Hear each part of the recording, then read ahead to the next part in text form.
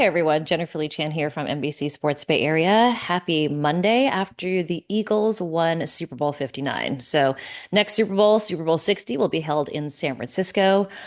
What an utter butt kicking on Sunday night. Craziness.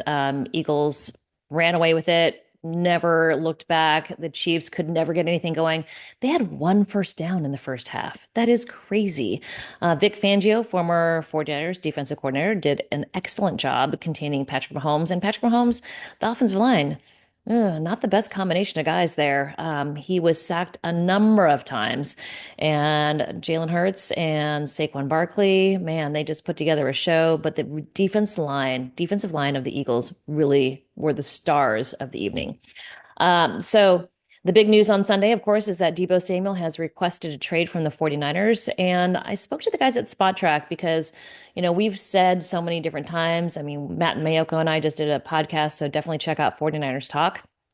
Um, but we've said so often that it really is expensive for the 49ers to let Deebo go. It's the last year of his contract.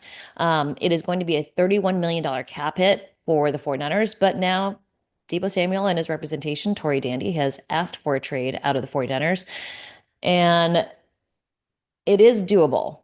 It just, it takes him off the books completely. It is a $31 million cap hit, and what they could get from him, maybe a single draft pick in 2024, third round, fourth round, fifth round, maybe.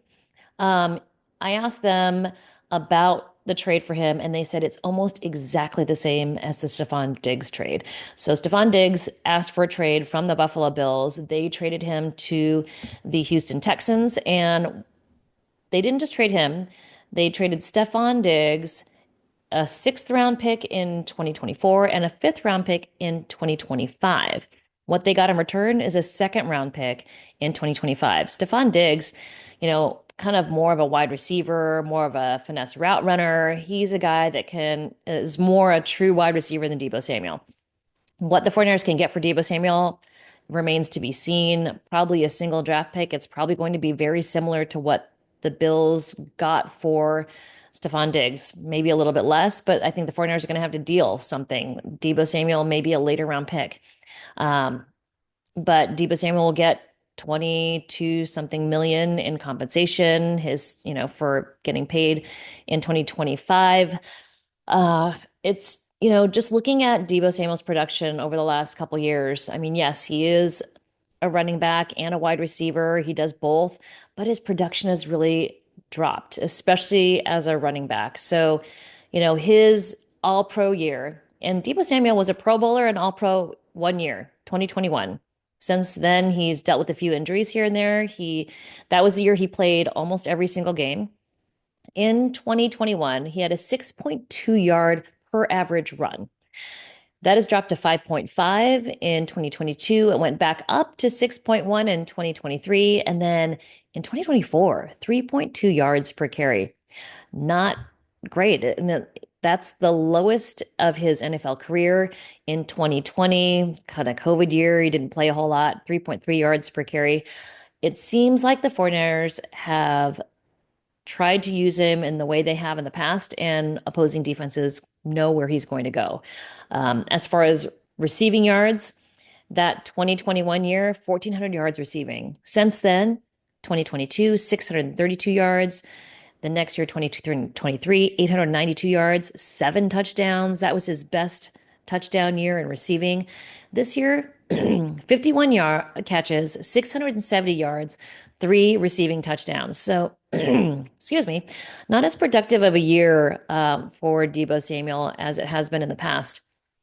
And they are preparing for they kind of prepared for his departure eventually, not necessarily knowing it was going to be this year, but by drafting Ricky Pearsall, a guy who can beat man coverage.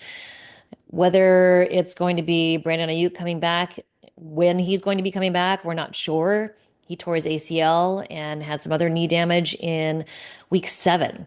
So usually it takes guys a full year recovery to really be up to speed.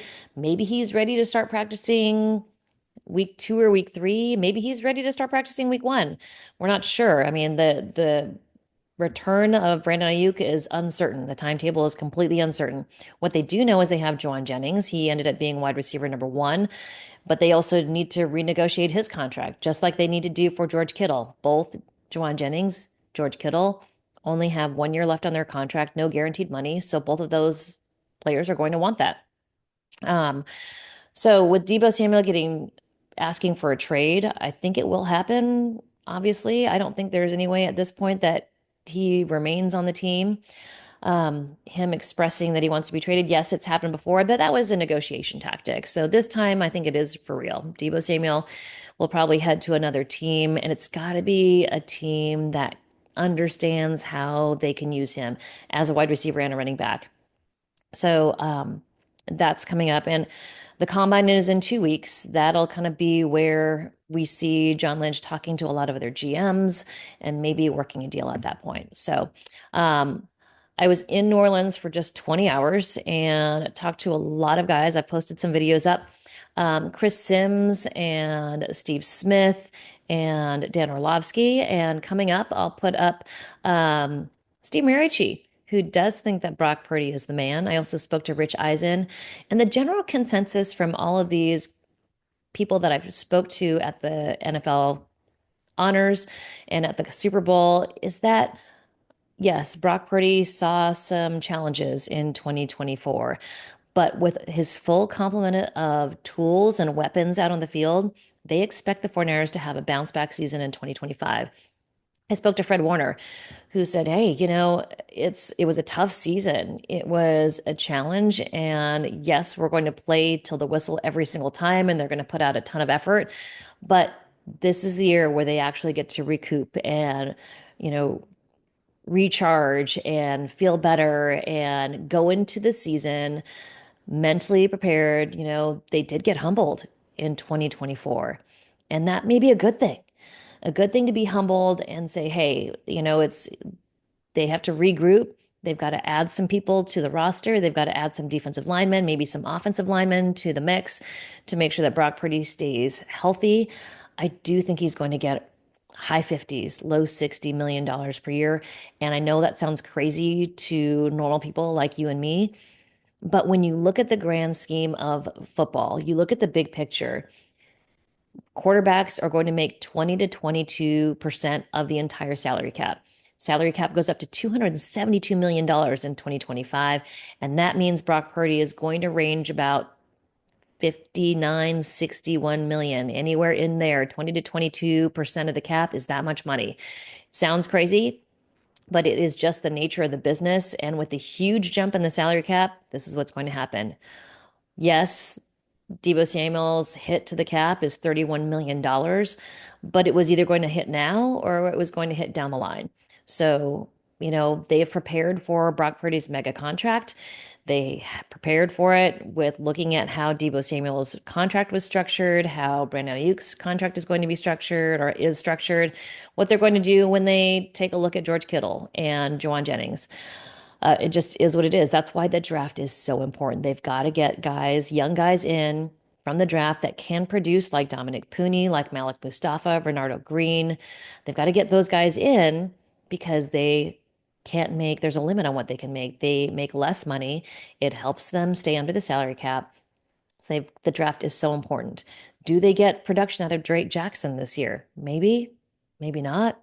I mean, he's had really tough luck with his knee.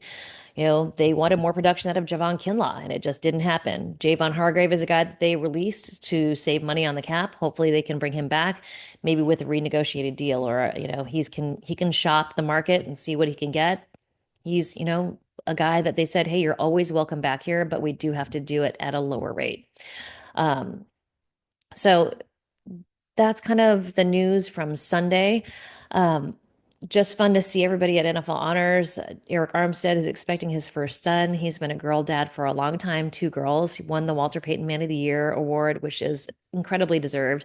George Kittle won the Salute to Service award. And just a fun night overall in New Orleans. Great to see the game go down as it did. Um, Yeah, I know. All of us wanted kind of both teams to lose or tie, but I think it was the best situation for everybody. I think the Eagles are going to be a tough team to contend with going forward, but the 49ers don't play them in the regular season. If they play the Philadelphia Eagles in 2025, it will be in the postseason. So 49ers have some time to get their roster together. Combine is at the end of the month, so we'll always be reporting from there. But definitely check out my videos. Please subscribe, leave me comments, and let me know what you'd like to hear from. We'll definitely be talking to draft pundits when we are in Indianapolis for the combine. And um, I'll bring you everything I've got content wise. Stay tuned here for, I'm going to upload more. And for shorts and Instagram, Facebook, all of it there. Jennifer Lee Chan. Hope you guys are all well. Enjoyed your Super Bowl Sunday, and hope you didn't are recovered enough to function on Monday. All right, talk to you guys soon.